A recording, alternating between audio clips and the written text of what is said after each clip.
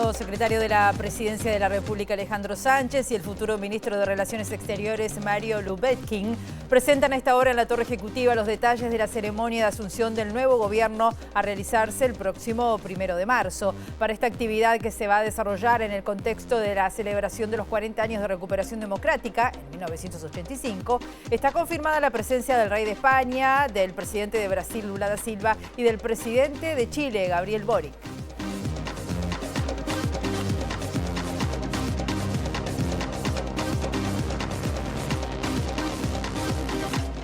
¿Cómo están? Bienvenidas, bienvenidos a MBD Noticias. Comenzamos con la información con 20 grados a esta hora aquí en Montevideo, en la capital, con el cielo algo nuboso y nuboso. Va a seguir así, con los vientos soplando del sureste al noreste entre 10 a 30 kilómetros por hora, periodos de variable DICINUMED, que anuncia que la máxima para hoy será de 24 grados. Tengan en cuenta que en Suecia, entre Bogotá y Río de Janeiro, hay un corte, está trabajando OCE allí. En Pagola, desde Lamas hasta Chiras, también se está trabajando hasta saneamiento. Hasta el 19 de febrero, hasta mañana, en obras de saneamiento. Vicente Martínez Cuitiño, desde Agassi hasta Camino Oncativo, también se está trabajando en obras de saneamiento. Vemos los títulos que se están destacando hasta ahora.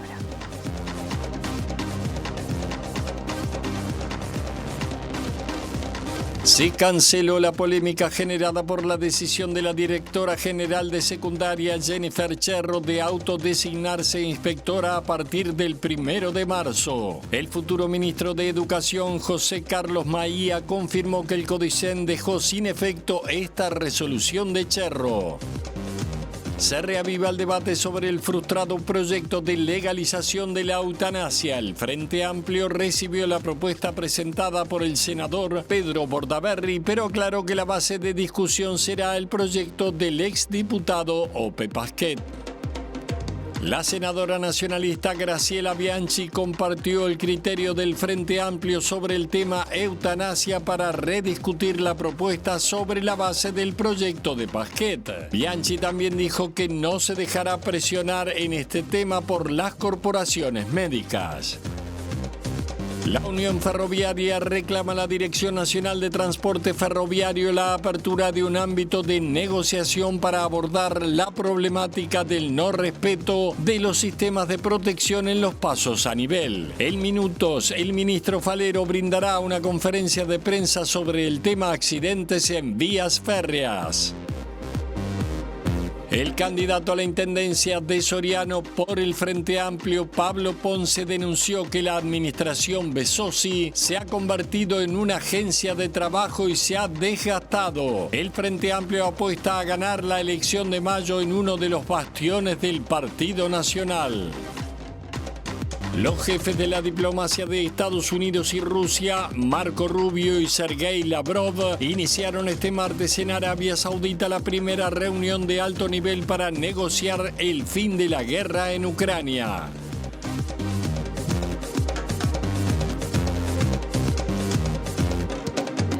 Vamos a ir a Torre Ejecutiva. Hay novedades importantes con respecto a lo que va a ser la ceremonia de transmisión de mando el próximo 1 de marzo. De eso hablaremos en instantes. Entre tanto, les contamos que el presidente electo Yamandu Orsi se reunió por espacio de varias horas con todos los ministros designados para su futuro gabinete. La designada ministra de Transporte y Obras Públicas, Lucía Echeverri, fue la vocera de este encuentro, en el que se trabajó particularmente sobre 3 prioridades marcadas por el presidente electo.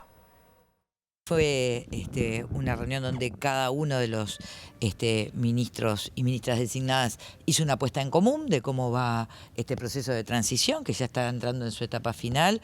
A su vez, algunas prioridades que también van surgiendo en este mismo proceso, obviamente, pero fundamentalmente sobre el marco que estableció el presidente Yamandu Orsi, que son las 3 prioridades o las 3 premisas sobre las cuales va a trabajar este gobierno, que tienen que ver con un crecimiento económico del país con equidad, que esto permita a su vez fortalecer la malla de protección social, y esto es cuidar a nuestra gente, a todos, desde cada lugarcito del territorio nacional, y obviamente en clave de seguridad humana y de convivencia. Y sobre eso fue fundamentalmente la reunión del día de hoy. Acá no van a funcionar los ministerios como compartimentos estancos, cada uno en su competencia, sino que va a haber una interacción permanente entre todos, donde cada uno tendrá responsabilidades distintas y aportes para hacer, porque de eso se trata, ¿verdad? Cada uno tiene que cooperar en resolver los problemas de la gente y no lo resuelve un ministerio solo, lo vamos a hacer en conjunto. El futuro ministro de Educación, José Carlos Maía, informó hoy en las redes sociales que el Codicen dejó sin efecto la autodesignación de la directora de secundaria Jennifer Cherro. Maía calificó la resolución de sensata y agregó que impide una pretensión inadmisible de la jerarca.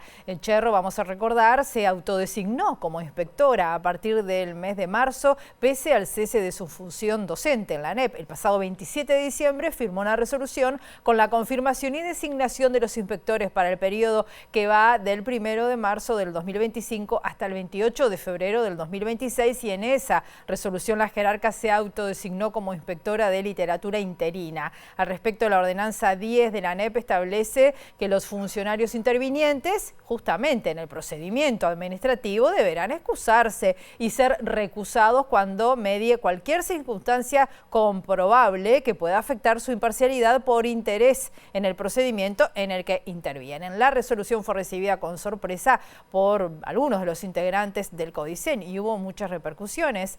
Esta mañana, por ejemplo, en el ámbito político, esta mañana el senador del MPP, Sebastián Sabini, dijo que es una resolución ilegal e inmoral, que justamente que Cherro debería dar un paso al costado, opinó el legislador. En primer lugar, tomamos conocimiento de una resolución de la semana pasada en donde la directora general de secundaria, en una resolución de carácter ilegal e inmoral, se autodesignaba para ejercer la inspección de ese organismo, lo cual no corresponde porque ese cargo que ella ocupó era un cargo de carácter interino, es decir, no había concursado por él mismo. Nosotros rápidamente elaboramos un pedido de informe que cursamos hoy esta mañana y durante el transcurso de la sesión, bueno, nos enteramos que la propia dirección de secundaria de alguna forma revirtió esa decisión, lo cual en definitiva nos está dando la razón, ¿sí? Hay que recordar que esta dirección de secundaria fue la que, por ejemplo, le prometió a los estudiantes del IABA que iban a tener una rampa. Es la directora de secundaria que dijo que había mejores resultados en Colonia por razones genéticas, ¿sí? Entonces creo que esta directora no se sostiene más en su cargo, debería evidentemente dar un paso al costado y esta resolución pinta lo que ha sido la gestión de secundaria en todo este periodo. Es una resolución lamentable e inmoral. Vamos ahora a Torre Ejecutiva, está nuestro periodista Federico Jurkovic. Comenzó la conferencia de prensa a cargo del secretario, futuro secretario Alejandro Sánchez y del futuro canciller Lubetkin, a quien escuchamos. Al menos dos de los tres países que son los que tienen representación diplomática. Estamos escuchando a Mario Lubetkin, futuro canciller, respondiendo a la pregunta del representante de Prensa Latina sobre la comunicación entre Cuba y Uruguay, el presidente electo, ante la negación de la invitación al presidente cubano Miguel Díaz-Canel por parte de la actual administración.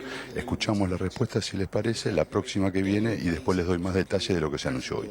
Van a estar participando de una u otra manera en esta fiesta de la democracia y la libertad. Buenas tardes, Pamela Díaz del diario El País. La primera pregunta que tenía es cuáles van a ser los artistas nacionales que mencionaron que iba a estar en el espectáculo y si se les iba a pagar o si iba a ser honorario.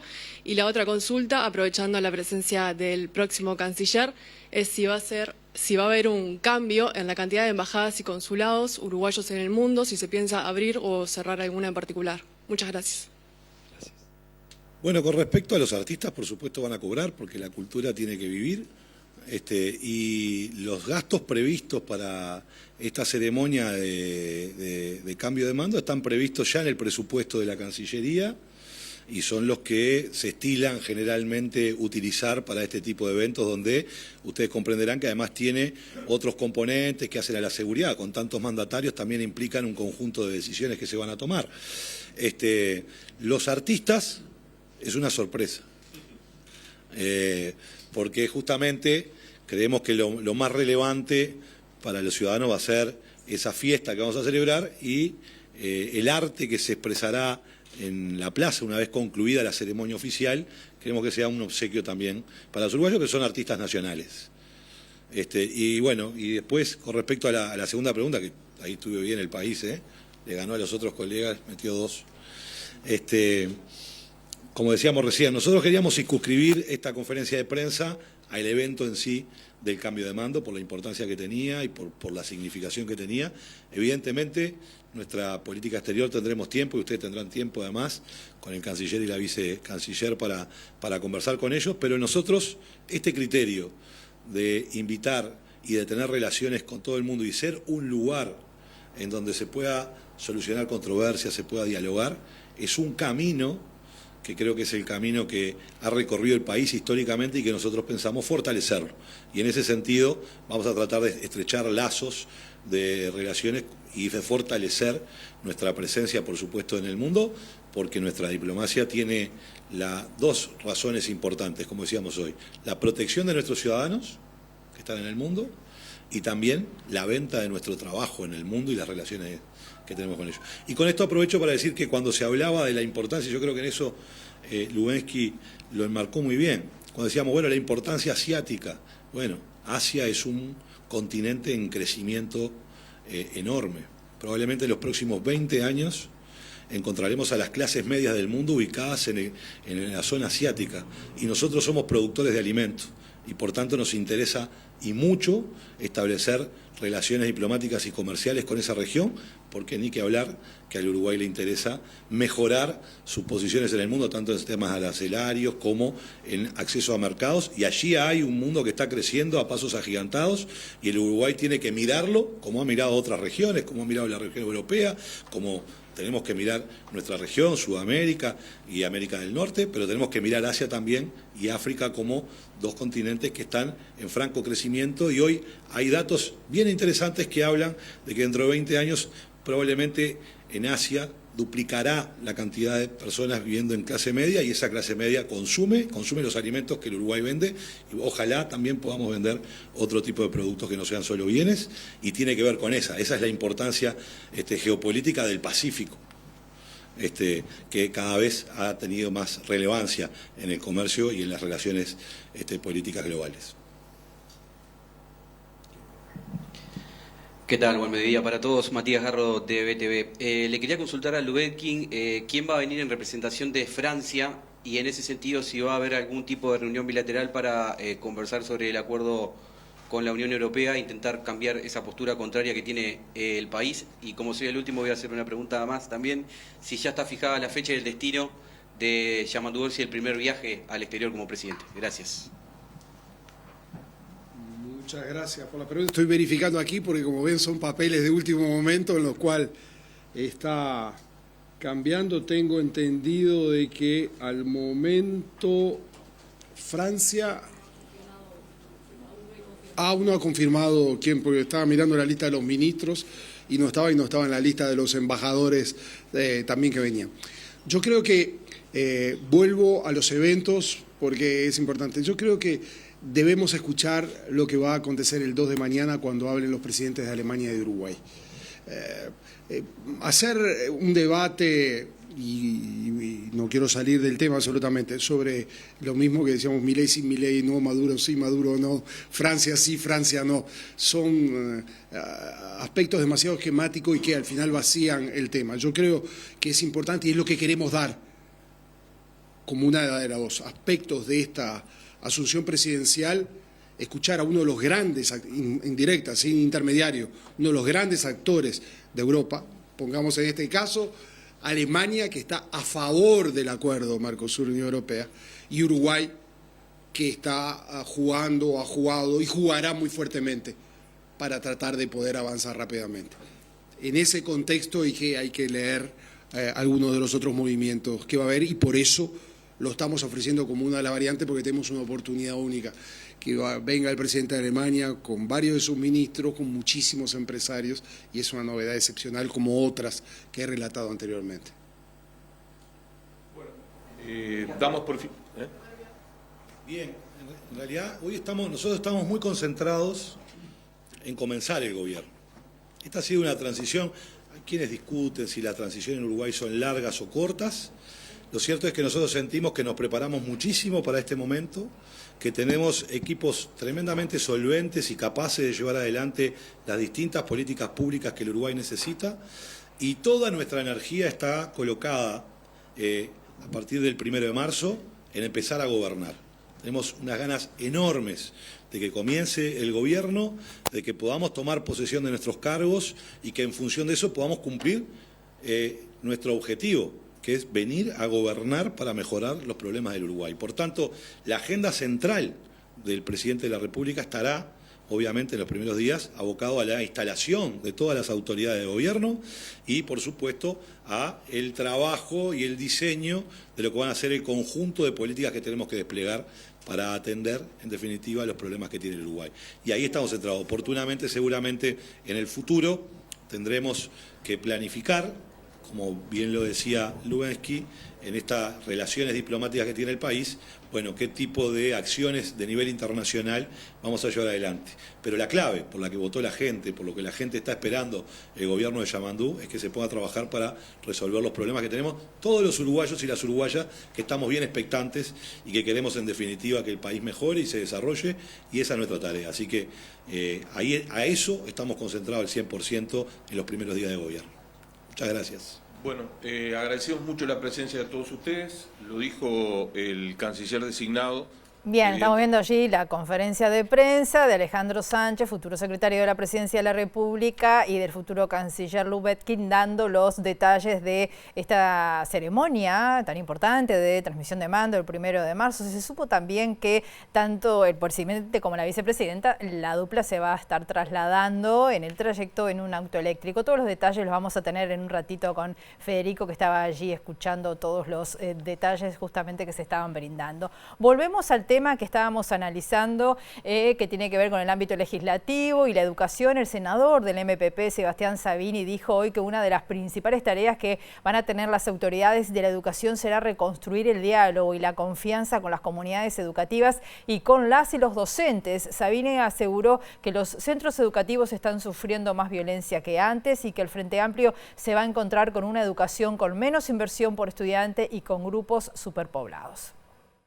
Una educación en donde los centros educativos sufren más violencia, donde tenemos situaciones de conflictividad en los centros educativos, más desigual, con más brechas entre los pobres y los ricos, con menos inversión por estudiante, con grupos superpoblados y con un diálogo que no existe, ¿sí? Por lo tanto, una de las principales tareas, diría yo, que van a tener las nuevas autoridades es reconstruir esa confianza, reconstruir el diálogo con las comunidades educativas, con los estudiantes, con los docentes y a partir de allí pensar transformaciones que son necesarias para una educación de calidad. El programa del Frente Amplio, que fue el partido más votado de las elecciones, que tenemos mayoría aquí en el Senado, establece claramente líneas de acción en materia educativa, ¿sí? Allí, por ejemplo, se establece la creación de la Universidad de la Educación, se establece la creación del Sistema Nacional de Educación Pública, la vuelta de los consejos con voz docente en los consejos de primaria, secundaria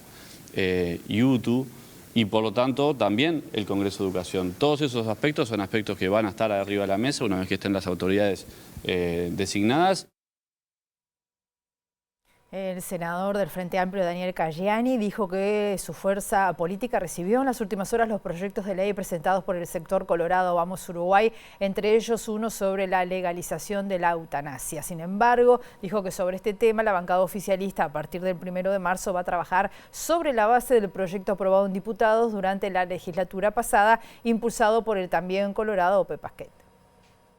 Hemos recibido, por un lado, los proyectos de ley que presentó el sector Vamos Uruguay. También hemos recibido algunas, por lo menos, consideraciones o solicitudes de poder considerar parte del proyecto que tuvo media sanción en diputados y que lamentablemente por diferencias de los senadores oficialistas de la anterior legislatura no se pudo aprobar en sala. En Frente Amplio apoyó el proyecto que presentó originalmente el ex legislador Ope Pasquet, que trabajaron también otros compañeros y compañeras en diputados y por tanto, por ahora ese es nuestro punto de base. Creo que es un tema sin duda muy especial, necesario también que se pueda abordar con la debida también profundidad y bueno, todos los aspectos que puedan enriquecer, sin duda un tema que es muy complejo para la ciudadanía y que sin duda también es muy especial para legislar, bienvenido sea. Y bueno, creo que en la medida que existan apoyos más anchos de todos los partidos políticos, de todos los legisladores, siempre los proyectos tienen más robustez y después también tienen más posibilidades de que se desarrollen y que se perduren en el tiempo. La senadora Graciela Bianchi dijo que el proyecto del ex diputado Ope Pasquet sobre eutanasia y su regulación, que no fue votado en la pasada legislatura, es un buen punto de partida para un nuevo debate parlamentario. La legisladora nacionalista dijo que sobre este tema no está dispuesta a dejarse presionar por las corporaciones médicas. La verdad que yo quedé sorprendida de un par de cosas. A pesar de que yo no viví el proceso, porque acá no estaba en una comisión que yo integrara. Pero me llamó la atención el poder que tienen algunas organizaciones, que no tengo por qué nombrarlas, pero yo no estaba acostumbrada a que se sintiera acá adentro determinado poder de imposición. Y la otra cosa que me sorprendió es que la comisión debería ir a la Comisión de Constitución, Legislación y Códigos, que para algo existe. Ahí es donde tratamos de concentrar a las personas que tenemos formación jurídica, porque acá hay muchos intereses corporativos, por ejemplo el de los médicos. Entonces, eso es algo que tenemos que dirimir los legisladores. De aprobarse el proyecto, ¿tendrían los médicos libertad de acción para ejecutar la eutanasia como pasó con el aborto? Bueno, eso forma parte de las discusiones que tenemos que dar. Lo que yo no voy a aceptar son las presiones de las corporaciones médicas, ni para un lado ni para el otro. Las corporaciones, como lo digo de los sindicatos, para que vean que no es un problema sindical, es que las corporaciones no pueden avanzar sobre el sistema democrático. Defienden sus derechos, vienen a hacer sus planteamientos y los que legislamos en nombre de la ciudadanía somos nosotros. El diputado del MPP, Sebastián Valdomir, que es el presidente de la Cámara de Representantes, dijo que preocupa la coordinación en el trabajo parlamentario. El legislador llamó a la responsabilidad porque dijo que son altas las chances de bloqueo de proyectos en el seno parlamentario. La iniciativa la tiene el gobierno, la prioridad para nosotros es sin duda darle un tratamiento rápido y en cierto sentido salir a buscar esas mayorías que hoy no tiene el Frente Amplio en la Cámara de Diputados, cuando el Poder Ejecutivo a partir del 1 de marzo nos empieza a mandar carpetas de trabajo y proyectos. Ahora, hay que ser muy consciente de que la posibilidad de que todo el resto vote abroquelado con una posición de oposición y salga a cotizar su voto es muy alta. Pero a mí me da la impresión de que hay una carta por afuera del sistema político de, bueno, cuáles son los temas que le preocupan a la población y que está viendo que el sistema político no está dando respuestas, ¿no? A mí me parece que el elemento más claro en ese sentido es la que tiene que ver con la política de seguridad pública. ¿Por qué? Porque pasan los gobiernos y la política de seguridad no logra dar respuesta a que la gente se siente insegura. Entonces, cuando empiece a circular, ¿no?, el debate sobre estos temas, va a haber una presión importante o al menos una expectativa grande de que los políticos se pongan de acuerdo. Yo quiero ver cuál es el grado de madurez que tiene el sistema político, nosotros incluidos, para tratar de generar esos acuerdos, porque nosotros vamos también tener que ceder en determinadas cosas.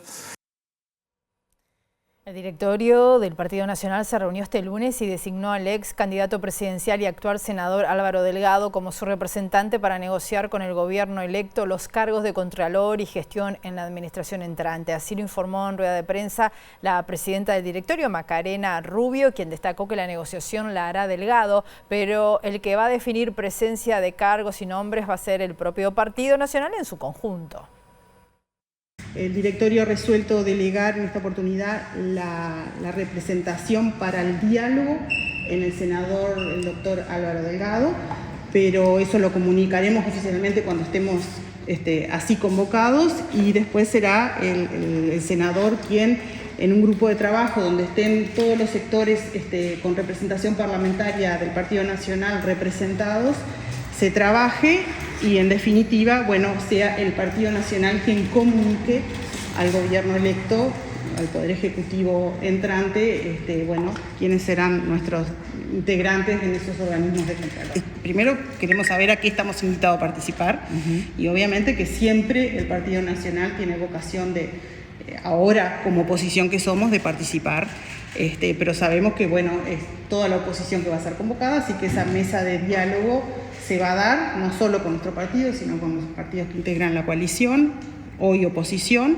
y bueno, y el Partido Nacional en ese diálogo va a estar representado por el doctor Álvaro Delgado, pero va a ser el Partido Nacional en definitiva quien luego de las negociaciones, de los diálogos, de las idas y vueltas, va a darle la respuesta y la comunicación formal, como así ha sido siempre institucionalmente.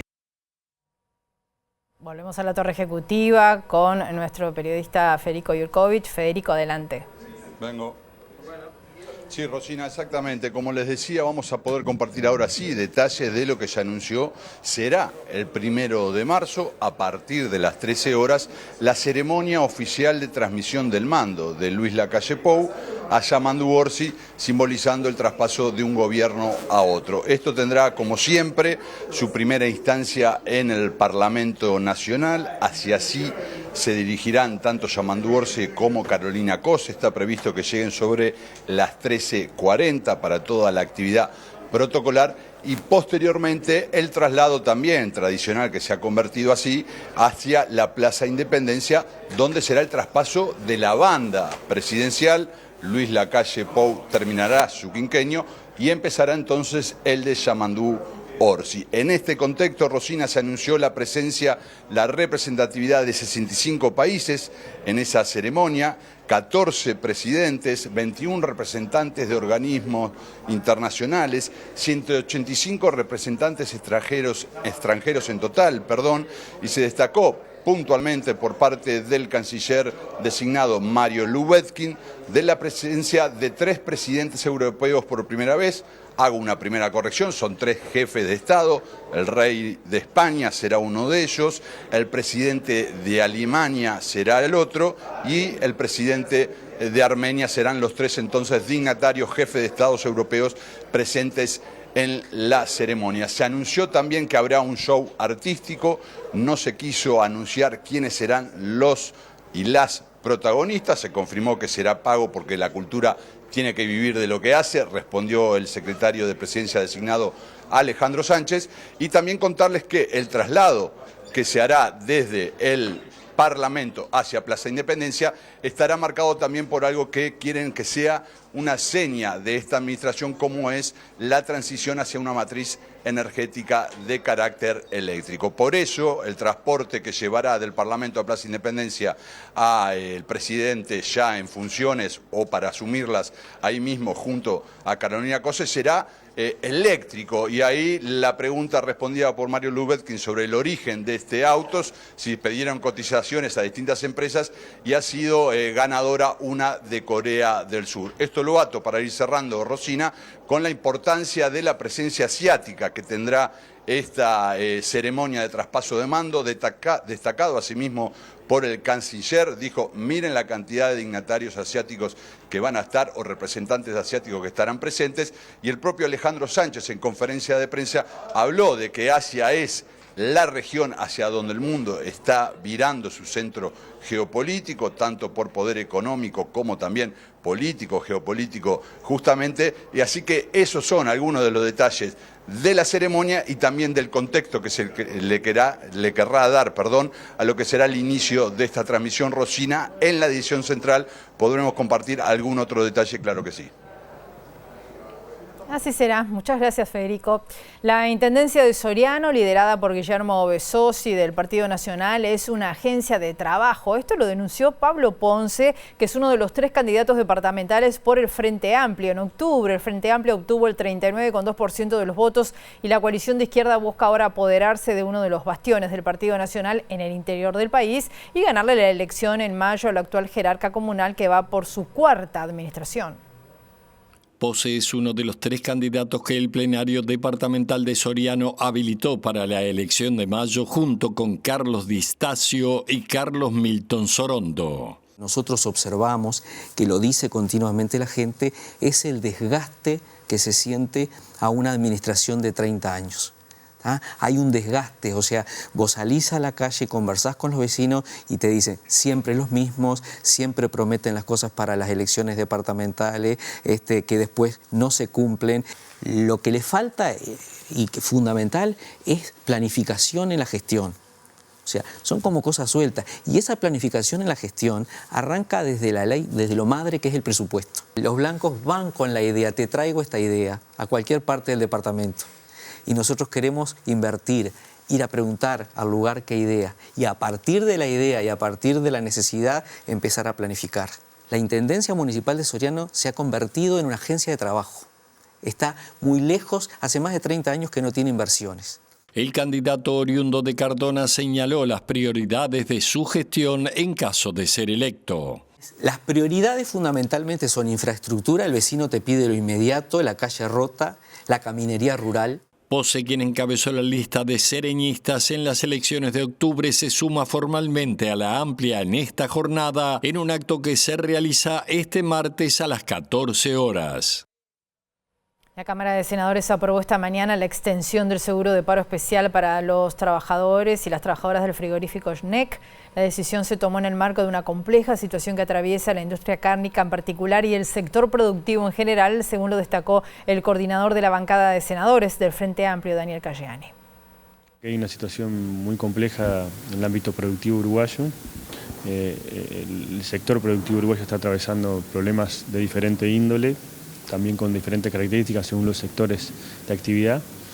Y bueno, creo que muchas veces la actividad laboral y sobre todo el sector trabajador es el que se ve más resentido. También los productores y las industrias más chicas también tienen en sus espaldas muchas veces que cargar con problemas de competitividad, pero también con ineficiencias a veces del propio Estado y también a veces de los sectores de actividad. Y bueno, creo que también esta situación termina como por lo menos manifestándose más públicamente de lo que estaba presentándose antes de las elecciones. Y bueno, creo que el próximo gobierno va a querer trabajar mucho con los diferentes sectores productivos para justamente tratar de delinear una estrategia de desarrollo nacional que fomente la producción nacional, que contemple la formación de calidad de empleo y sobre todo de empleo de calidad y sobre todo con buenos ingresos, y que además existan costos competitivos para que las empresas puedan no solamente producir en Uruguay, sino también exportar y también puedan crecer, que creo que también es muy importante. La Unión Ferroviaria exigió a la Dirección Nacional de Transporte Ferroviario la apertura de un ámbito de negociación con la participación de los trabajadores para abordar allí la problemática del no respeto, dicen ellos, de los sistemas de protección por parte de los vehículos y personas en los pasos a nivel. El sindicato expresa también su rechazo al envío al seguro de paro de los empleados de seguridad ferroviaria en Ferrocarril Central y exigen su reincorporación inmediata. La Unión Ferroviaria plantea una serie de propuestas para buscar bajar la siniestralidad, realizar la mayor cantidad de pasos a nivel, revisiones de trazado, un intenso programa de propaganda que vaya pueblo a pueblo y charlas con conductores. Nosotros tenemos dos propuestas de muy corto plazo. Una de ellas es que se reincorporen los equipos de seguridad que están en el seguro paro. Son un conjunto de trabajadores que estuvieron en la obra del consorcio y bueno, tienen experiencia en la protección de los pasos a nivel, la seguridad operativa. Son todas, la mayoría son jefas de hogar y ahora van rumbo a un despido. Nosotros entendemos que esa gente tiene que estar trabajando, ¿no? Brindando seguridad. La población todavía no se acostumbró al tren. Lo otro es que hay un decreto reglamentario de pasaje de trabajadores de AFA en ETF que ya lleva 2 años esperando.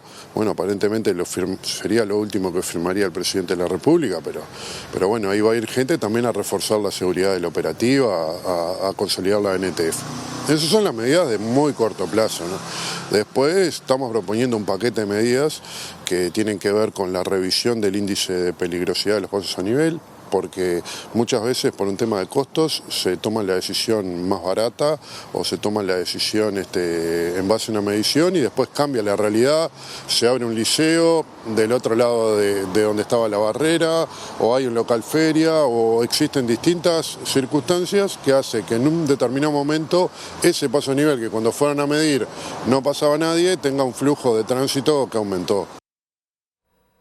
Vamos a decir que a las 14 el ministro de Transporte y Obras Públicas, José Luis Falero, va a estar brindando una conferencia de prensa sobre este tema de los siniestros ferroviarios. Vamos a recibir ahora a nuestra periodista Giuliana Perdomo. ¿Cómo estás, Giuliana? Bienvenida, buen mediodía.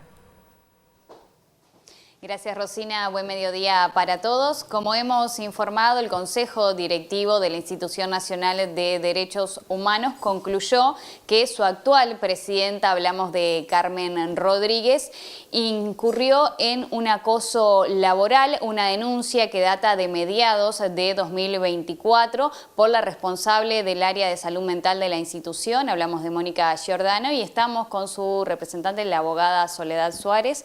Muchas gracias por recibirnos. Bueno, ¿cómo se toma esta resolución y cómo fue el proceso hasta esta fecha? Buenas tardes, gracias por darnos esta oportunidad de comentar sobre el asunto. Creemos que es de interés de la sociedad.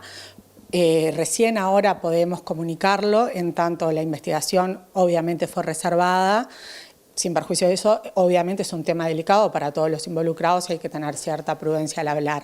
Pero entendemos que al llegar ahora a la Asamblea General es importante que la sociedad esté al tanto. Es una denuncia que primero verbalizó con mucha dificultad, como suele ocurrir con las víctimas de acoso laboral.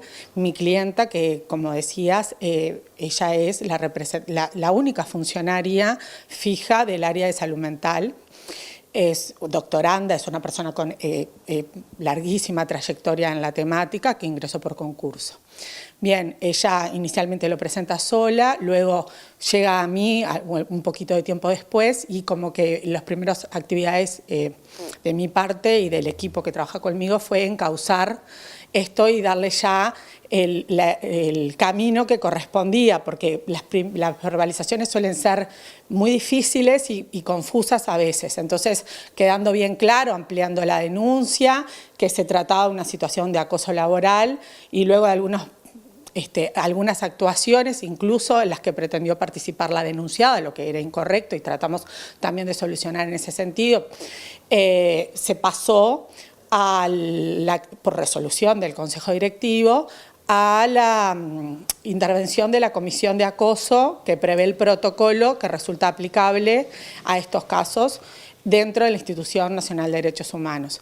Y bueno, realmente hizo un trabajo exhaustivo, súper diligente, muy técnico, con los cuidados y protección correspondientes, donde tomó más de 10 declaraciones, y donde entiendo que todos los intervinientes, es decir, nosotros y la denunciada, pudimos proponer prueba y luego llegó a un informe que concluyó la existencia del acoso, aunque en cierta manera nosotros tuvimos como al evacuar la vista correspondiente que dejar claro que faltaba un poco de contundencia, pese en los términos, exactamente, porque las conclusiones eran arrolladoramente claras y el acumulado probatorio era muy contundente. Sin embargo, y las medidas dispuestas también, pero sin embargo al momento de definir se entiende, ¿no? Estamos hablando de los también funcionarios de esa institución y esta denuncia, que siempre las situaciones de acoso laboral se caracterizan por esto de el poder y la debilidad del otro lado, acá llegaba al extremo que es una de las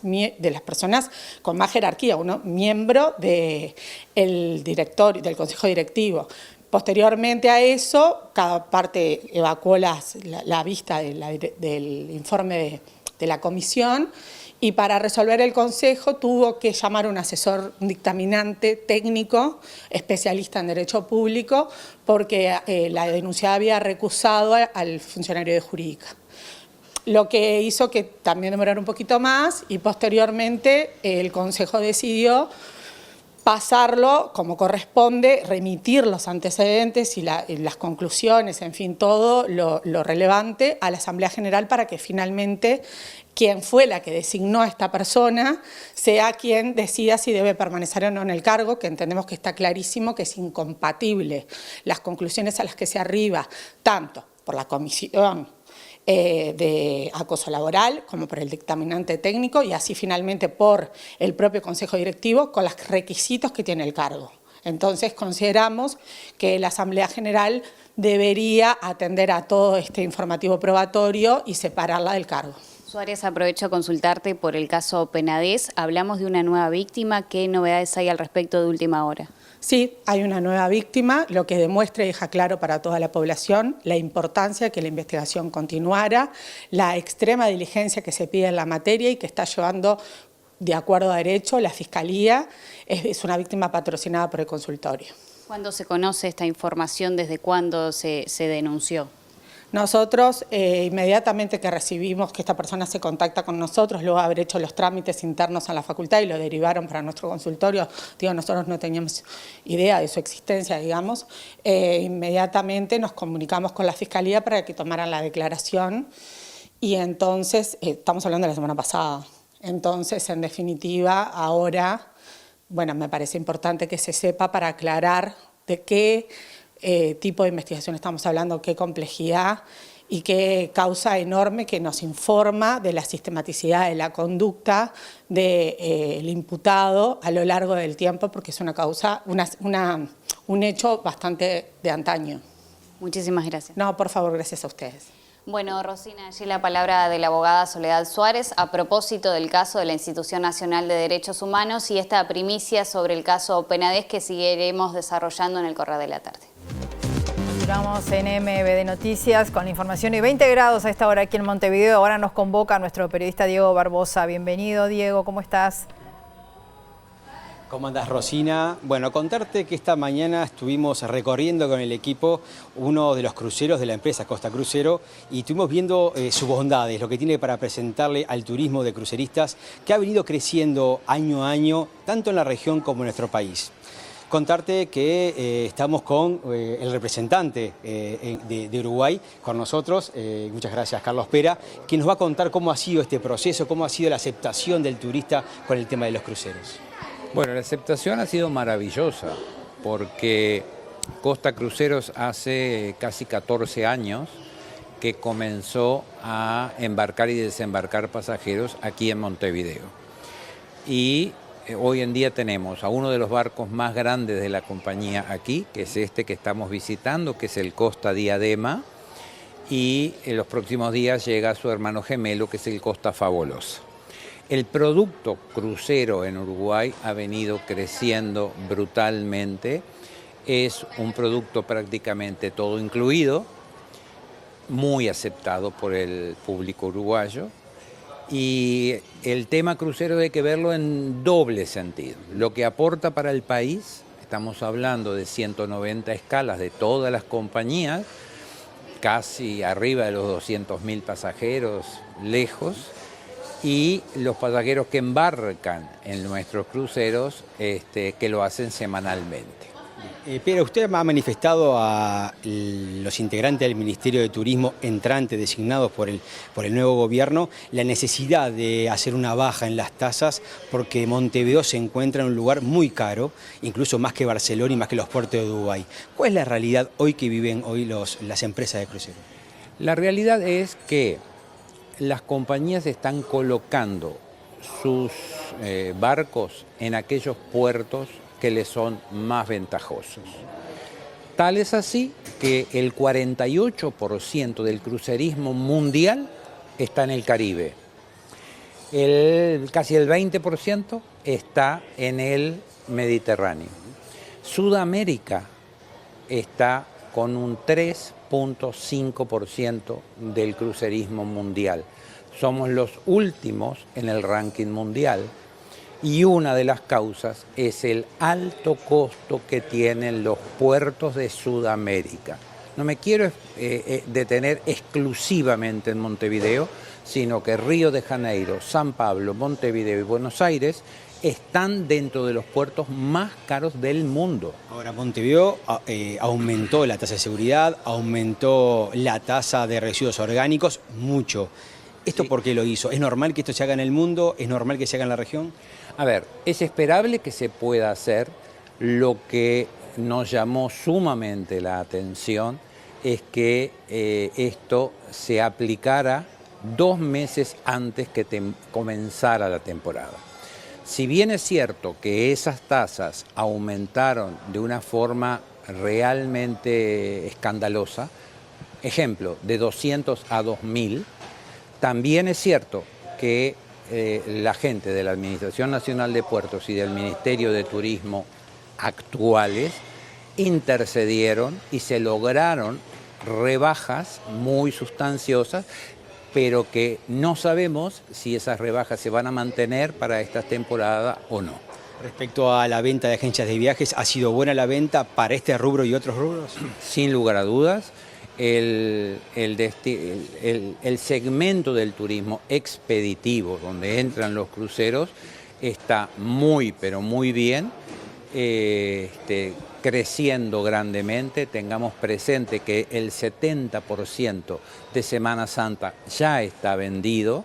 Carnaval quedan lugares, pero también con una altísima ocupación, lo que significa que los uruguayos tienen ganas de viajar y pueden viajar, y en ese sentido estamos muy contentos. Mira, muchísimas gracias por su tiempo y por lo que ha sido la gentileza del día de hoy. Un gusto y a seguir viajando. Gracias. Bueno, Rosina, seguimos con el recorrido que después vamos a compartir en otras ediciones del informativo para que puedan conocer y poder aprovechar o ver las virtudes que tienen los pasajeros para estar en los cruceros. Muy bien, muchas gracias, Diego. Una persona privada de libertad que estaba internada en el Hospital Pasteur intentó fugarse del centro asistencial en una ambulancia, agredió al personal médico, pero no pudo lograr su objetivo y fue recapturado por la policía. Los trabajadores de la Emergencia Médica de Salud Pública SAME 105 se declararon en estado de alerta y tomaron medidas de fuerza en reclamo de mayor seguridad. En esta ocasión es un hecho inédito, sin precedente, porque había un usuario esperando ser atendido, un privado de libertad, PPL, así nos referimos nosotros, estaba internado en el Pasteur, en un box específico para eso, con sus efectivos policiales correspondientes, como especifica el protocolo de seguridad de Pasteur. Se escapa, se tira del primer piso de esa habitación y accede a la puerta de emergencia donde había una ambulancia de SAME 105 y toma de rehén la ambulancia con el personal, el paciente que teníamos adentro y la familia. Obviamente fue una situación de mayor estrés, de mucha vulnerabilidad hacia los compañeros, pasaron un momento muy trágico. Este usuario agrede a la doctora, agrede a la enfermera y al chofer, logra acceder a la llave y prender el móvil y tratar de irse en el móvil con la familia atrás. Por suerte no pudo arrancarlo y se escapa corriendo y es detenido cuadras después del Pasteur. Ya está en el mismo box, con el mismo cuidado, y el equipo de SAME 105, como especifica nuestro protocolo, realizó las denuncias correspondientes y hoy, por ser un hecho inédito, sacamos una medida que, como especifica nuestro trabajo y nuestras medidas, solo vamos a hacer en las emergencias móviles clave 1 y clave 2. En ese marco, los trabajadores informaron que entre las medidas a tomar estará la de solo responder las llamadas de clave 1 y clave 2, que implican urgencias, pero no se atenderán los llamados de baja complejidad. De todas maneras, los funcionarios aseguran que no se dejará sin atención a la población. El juez de concurso Leonardo Méndez dispuso el concurso necesario de Conexión Ganadera y Hernandarias, empresa vinculada al grupo, amplió el embargo y convocó a una junta de acreedores para el mes de agosto. Tras esta decisión judicial, el embargo asciende a 250 millones de dólares, que es la diferencia entre los activos y el pasivo de la empresa, según confirmó a MBD Noticias el abogado Alfredo Chavatone, que es el síndico designado por la justicia. Y uno de los abogados de los damnificados, Nicolás Yuso, dijo a MBD Noticias que hay cierta expectativa de poder recuperar parte del dinero tras el embargo de la jueza por estos 250 millones de dólares. Sin embargo, aclaró que las 3 empresas denunciadas le llevan 25 años de ventaja al sistema. La expectativa, bueno, es una palabra grande hoy. Hablar de porcentuales o de expectativa. Lo que hay que hacer es trabajar, que va a ser lo que vamos a hacer todos los abogados, en eso no hay diferencias, tratar de incrementar sí esa masa activa para el concurso para poder lograr la mayor cantidad de dinero posible, extra alguna otra posibilidad, otra salida que el síndico entienda que se puede llegar a dar. También se fijó hoy las audiencias para la Junta de Acreedores el 19 y 20 de agosto, o sea que medidas importantes, creemos que la justicia dentro de los limitados recursos que tiene, no humanos en el sentido técnico, pero sí en lo que es logística, para investigar. Acá hay muchas cosas para todavía desentrañar. Va a llevar un buen tiempo, pero bueno, ir fijando objetivos que se puedan cumplir nos parece importante. Para esto, que hoy tiene todas las luces de conexión, pero también entendamos que tiene que suceder lo mismo para República Ganadera y Grupo Larrarte, porque también en el global de todo esto tenemos a 7.500 personas y más de 500 millones de dólares. El hecho de que se haya designado a la Fiscalía a un contador y a otro profesional especialista, ¿ayuda? Por supuesto, es importante. El recurso humano va a ser clave, es toda gente avesada en el tema, con mucho expertise, da garantías incluso a todas las partes, que es lo que corresponde también en un Estado de Derecho, así que claro que es importante. El Ministerio de Ganadería, Agricultura y Pesca declaró el estado de alerta sanitaria en todo el país por un foco de gripe aviar detectado en la localidad de Tres Isletas, departamento de Maipú, en la provincia de Chaco, Argentina. La medida se tomó debido a la proximidad con la frontera norte de Uruguay, lo informó la Dirección General de Servicios Ganaderos en un comunicado. La información recuerda que la influenza aviar es una enfermedad que puede generar graves impactos en la biodiversidad, importantes pérdidas económicas y riesgos para la salud pública en caso de contacto con aves infectadas. El Ministerio exhorta a notificar de forma inmediata ante la División de Sanidad Animal por eventuales casos de mortandad de aves silvestres o domésticas para una detección temprana y también para el control de la enfermedad.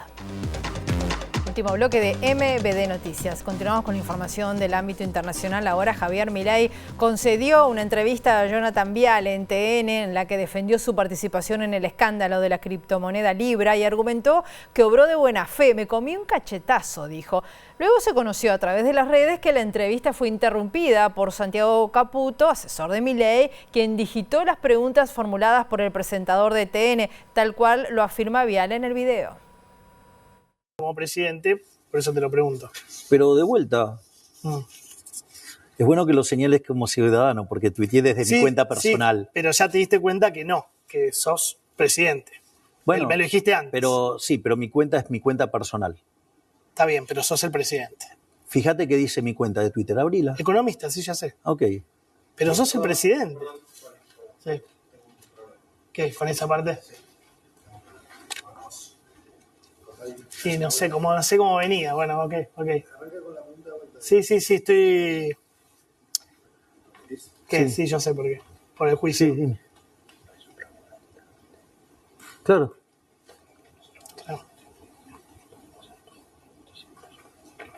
Claro, sí, obvio. Sí, yo entiendo, me doy cuenta, te puede traer un quilombo judicial. A ver, ¿cómo veníamos? No sé. Y volví a preguntar sobre Libra, qué sé yo. Dale, y sí, vuelvo desde ahí. Cierro con Libra, lo último.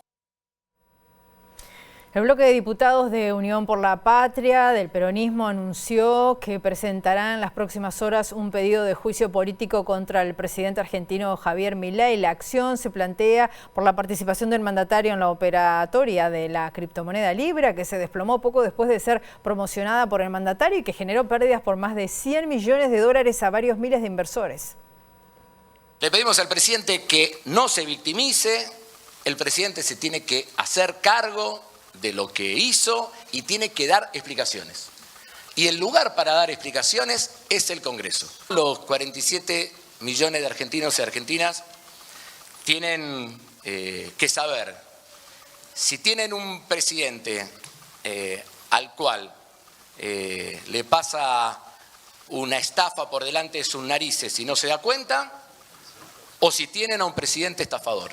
Nuestro bloque, como relataba nuestro jefe de bloque, ha definido presentar en esta semana el pedido de juicio político contra el presidente Javier Milei, porque es la herramienta institucional que establece la Constitución Nacional en el artículo 53 para determinar responsabilidad cuando obrare el presidente de la Nación con mal desempeño o cometiere delitos en el ejercicio de la función pública o crímenes comunes. La Comisión de Juicio Político en diputados lo único que hace es investigar, ¿sí? Después, una vez que se recaba la prueba, se determinará la responsabilidad y se definirá la acusación o no, pero eso después de realizada la investigación y le quedará al Senado definir, después llevar adelante el juicio propiamente dicho y definir cuáles son las sanciones correspondientes para el caso, que son las que establece la Constitución.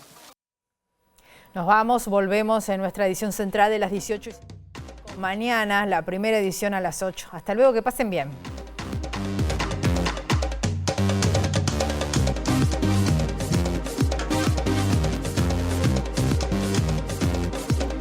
Se canceló la polémica generada por la decisión de la directora general de secundaria Jennifer Cherro de autodesignarse inspectora a partir del 1 de marzo. El futuro ministro de Educación, José Carlos Maía, confirmó que el CODICEN dejó sin efecto esta resolución de Cherro. Se reaviva el debate sobre el frustrado proyecto de legalización de la eutanasia. El Frente Amplio recibió la propuesta presentada por el senador Pedro Bordaberry, pero aclaró que la base de discusión será el proyecto del exdiputado Ope Pasquet. La senadora nacionalista Graciela Bianchi compartió el criterio del Frente Amplio sobre el tema eutanasia para rediscutir la propuesta sobre la base del proyecto de Pasquet. Bianchi también dijo que no se dejará presionar en este tema por las corporaciones médicas. La Unión Ferroviaria reclama a la Dirección Nacional de Transporte Ferroviario la apertura de un ámbito de negociación para abordar la problemática del no respeto de los sistemas de protección en los pasos a nivel. En minutos, el ministro Falero brindará una conferencia de prensa sobre el tema accidentes en vías férreas. El candidato a la intendencia de Soriano por el Frente Amplio, Pablo Ponce, denunció que la administración Besosi se ha convertido en una agencia de trabajo y se ha desgastado. El Frente Amplio apuesta a ganar la elección de mayo en uno de los bastiones del Partido Nacional. Los jefes de la diplomacia de Estados Unidos y Rusia, Marco Rubio y Sergei Lavrov, iniciaron este martes en Arabia Saudita la primera reunión de alto nivel para negociar el fin de la guerra en Ucrania. El designado secretario de la presidencia, Alejandro Sánchez, y el futuro ministro de Relaciones Exteriores, Mario Lubetkin, presentaron en la torre ejecutiva los detalles de la ceremonia de asunción del nuevo gobierno a realizarse el próximo 1 de marzo en el contexto de celebración de los 40 años de la recuperación democrática.